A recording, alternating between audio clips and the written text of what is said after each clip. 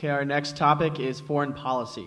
So the first question is, since the start of the Syrian civil war, nearly 5 million people have fled the country and more than 6 million people have been displaced within Syria. How can the United States balance its concerns about homeland security with the ongoing suffering of those thousands who we are capable of helping? Democrats? So we're talking about the biggest humanitarian crisis of our generation. You're talking about 11 million displaced people, 6 million internally, 5 million externally. 1 in 4 people in Lebanon are a Syrian refugee. 1 in 10 in Jordan are a Syrian refugee. We need to look seriously at working with our Arab allies to help fund the infrastructures of Jordan, of Lebanon, of our allies in the region, and helping them accommodate these Syrian refugees. And we can't just tell them to do these things. We have to lead by example. Telling someone to say, to do as I say, not as I do, it doesn't work. We have to lead from the front, and we have to accept more than what we're currently doing. And you can't accept everyone, but we can do far more than what we're doing currently. Thank you. Republicans? Leading from the front would be addressing the root cause, which is the rise of ISIS since the Syrian refugee crisis arose. We have to address ISIS because ISIS arose from a split within the Syrian rebel camp, and because during the Arab Spring uprising against the Assad regime, if you do not rebel, Assad regime, if you do not. Assad has used chemical gases on these people, and it's a dumpster fire, for lack of a better term. But if we don't address it, we can take in as many refugees as we want, but they're still going to be at war. That war, ISIS has spread to Iraq, and currently their biggest city, which is Mosul, has been our second biggest city. Mosul has been under ISIS control. If we don't get that under control, it's not going to matter how many refugees we take in, because only more are going to be made. Greens and then Libertarians. Well, I want to touch on the reality of the issue, which is that we do have a strict policy that restricts Syrian refugees from coming into this country. A Syrian refugee, according to the Global Post, can take up to from anywhere from a year to 3 years to get into the United States of America. And this doesn't even take into account the externalities of that, like how the vetting is done overseas in Middle Eastern countries, with the embassies that are set up over there, and they're required to have a vast amount of paperwork. When I go over to Egypt, because I visit Egypt now and then, I have a Syrian friend who lives in an apartment shack and he barely has any food, and he occasionally has to go without food. And he can't gain access to the surrounding areas, but he luckily got access to Egypt. This is a guy that, if I know anyone, deserves access to the United States of America, because he has an educational opportunity here that he can't find over there. And it's absurd to me that we're disregarding these type of people. Yeah. All right, so how to deal with the refugee crisis? First, we need to stop creating so many of them. And I agree with my Republican friends that we need to get to the root cause, but the root cause is not the creation of ISIS or the rising of ISIS. Rising of ISIS is a symptom of American foreign policy intervening in Syria and in Iraq. It started with the Iraq war, destabilizing Iraq, then destabilizing Syria, and then you get into a war, then the consequence of war, we can see all of them. It's refugees. It is so absurd that in the area there are CIA-backed rebels fighting against Pentagon-backed rebels. Let that sink in. U.S. government-backed rebels are fighting against U.S. government-backed rebels. That's how bad the situation is there. Then, okay, now we have, this mess is created. How do we deal with that? Well, again, government gets in the way. There are so many private organizations that want to sponsor Syrian refugees. One of them is a libertarian think tank, Niskanen Center. There are many Arab American groups that want to sponsor Syrian refugees, and the U.S. government does not allow it. Thank you. Sorry. Democrats and then Republicans. I'm actually going to go ahead and agree with the libertarians here. Get the outside players out. When you add in outside players into a civil war, you are prolonging that war on average by a decade. That's ridiculous. And then I'm going to agree with the Greens. Most brutal immigration vetting process in the history of America. I am a third-generation American. My great-grandfather, he was granted amnesty after World War II, after helping the Americans in Italy. If my family was not able to immigrate here, I would not be sitting here on stage right now speaking to you about immigration, okay? So you have to humanize these people. You have to realize that these are human beings. You're talking about in Jordan right now, the biggest Syrian refugee camp, Zatari. There's an economy there. They've made a main street. These are people that want to work. These are people that want to pay taxes. These are people that want to be productive members of society and have been dealt a terrible hand. Thank you. Republicans, Greens, and then we'll move on to the next question. The issue was the withdrawal of American troops. A 2015 Heritage article said that the withdrawal of American troops under Obama is what directly led to the instability. And since then, we have pledged to send a whopping 450 more troops back in to combat ISIS, an organization that has attacked our allies in Paris and in Nice, and has attacked American soil in Orlando and San Bernardino. And, oh yeah, we're combating it as best we can. If I don't get the argument, we withdrew without a solid withdrawal plan, and we created this monster. We are directly responsible for ISIS.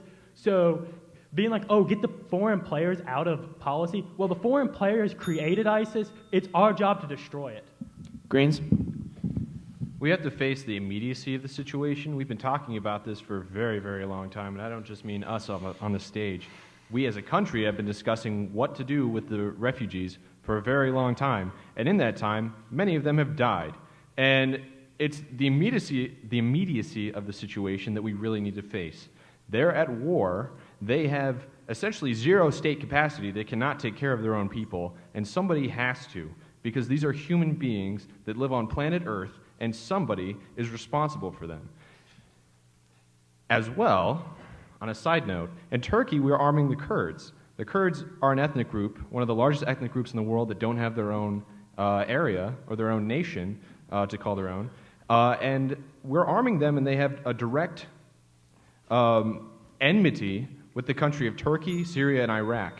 What they're going to do and turn around and do right after this is try to establish a nation of their own, and we're going to be facing yet another crisis that we have accidentally caused trying to fix a different one. Thank you. So the next question is, what military or diplomatic action should or should not be undertaken by the United States in Syria, and why? Republicans and then Libertarians. So the best way that we can deal with this issue, no one's going to sit up here and dispute the fact that these people need help. I think that's something that we can all agree on. But bringing, as Secretary Clinton wants to do, an increase of 550% of the refugees here to America is just complete nonsense. Bringing in immigrants, right now we bring in like 1 million immigrants for humanitarian reasons, and all that it's done has pretty much drained our economy, and that's what it'll do when we bring the Syrian refugees here. We can set up, actually like you guys said, work with the Middle Eastern neighbors to Syria. We give millions, actually correct that, billions and billions of dollars to Saudi Arabia like you all stated. Why doesn't Saudi Arabia take in some of these refugees? And we saw what the Western European countries went through when they accepted these Syrian refugees. I think the rape cases over the New Year's Eve holiday increased by almost 200%. So, Libertarians? So absolutely, we should not be taking any military action in Syria right now. If we're going to talk about what caused ISIS, the civil war in Syria right now, sure, maybe pulling out was ostensibly the cause, but you have to realize that the reason we had to pull out was because we were there in the first place. If we're going to try and solve the problem by going back and putting boots on the ground, worst case, and even just military presence there, it's like trying to fight a fire with gasoline instead of water. You're not going to solve any problems. You're going to make it worse in the long run. We need to cut it off. And even if it was our fault in the first place, which absolutely it was, we have to stop going back at some point, or we're going to make it worse every single time. Maybe the most we should do is establish a no-fly zone for humanitarian reasons, but even that is a little bit pushing it. So definitely don't go into Syria. Don't cause any more problems. Democrats? I wanted to touch on something that the college Republicans said. We do accept approximately a million refugees. Excuse me. We accept 1 million immigrants every year.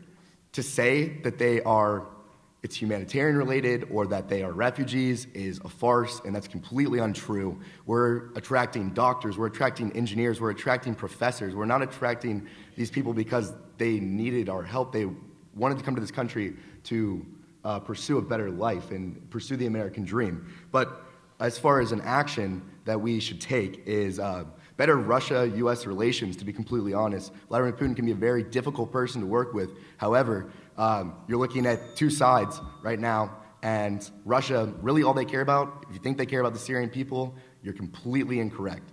All they care about is their base. They have a Navy base in the northeast of Syria, and if that falls, you'll see Russia pull out within weeks. Thank you. Greens and then Republicans. Well, I think that's a very dangerous stance to behold, because if Russia is indeed the enemy in the region, that means we can never reach peace.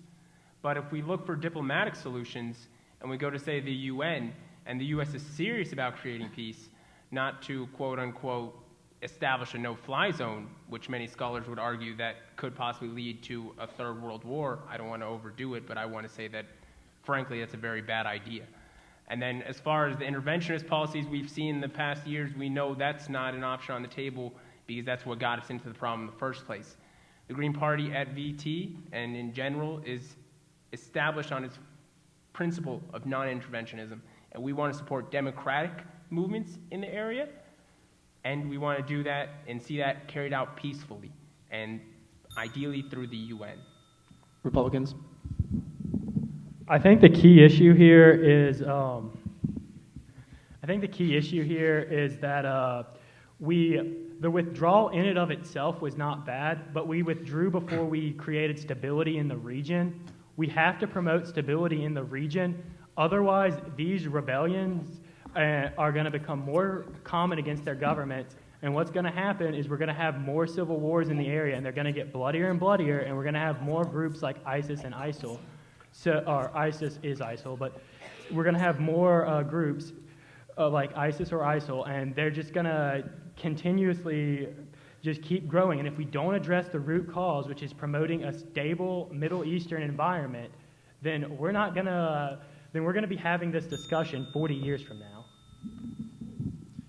Young Americans for Liberty. I just want to share one of my favorite quotes with you guys by Friedrich Bastiat. When goods cross borders, armies don't. I think it's very important that we focus on the long-term goals. We want peace throughout the world. We want peace not just because of American exceptionalism or whatever drives us to interfere in other countries. We want peace, and we do not want to interfere negatively or put troops on the ground at all. I think that should be very clear. And to go back to the question about how far should we military intervene in the Syria, here is how absurd the situation is right now. In Syria, we have Iran fighting ISIS and supporting Assad. So in Syria, we are in the same side as the Iranians. But in Yemen, where there is another war going on, which nobody knows about, well, a lot of people know about it, but the government never got congressional approval for it, we are against Iran and Iran. So it's such a mess that we don't know who are we supporting and who are we fighting there. So just don't intervene. Democrats, and then we move on to the final topic. I would like to challenge the college Republicans to not look at the Middle Eastern conflicts with such a Western lens, but an Eastern lens, and understand that going and saying things like, we would like to establish a democracy in your country, that doesn't really float so well with people. We didn't say stability. We said Stability. So you're talking about you're saying that our troops are able to go into an area that people are already scared, already a war-torn area, and essentially prop that country up. I think it needs to come from inside. It needs to be more of a coordination effort. It needs to be done through the UN. It needs to be more about helping and less about some domineering imperialistic idea that we have not let go of over the centuries that America has been a country. We didn't say it was domineering or imperialistic when we did it to Japan post-World War II, and look at their economy now. They're the strongest economy in the world. When you promote stability like we did, you promote a legitimate government like we did, whatever the people decide is a legitimate government. After we dropped bombs on Hiroshima and Nagasaki, one of the biggest ethical dilemmas in the entire world. If you look into it, move on to the next topic. Fair enough.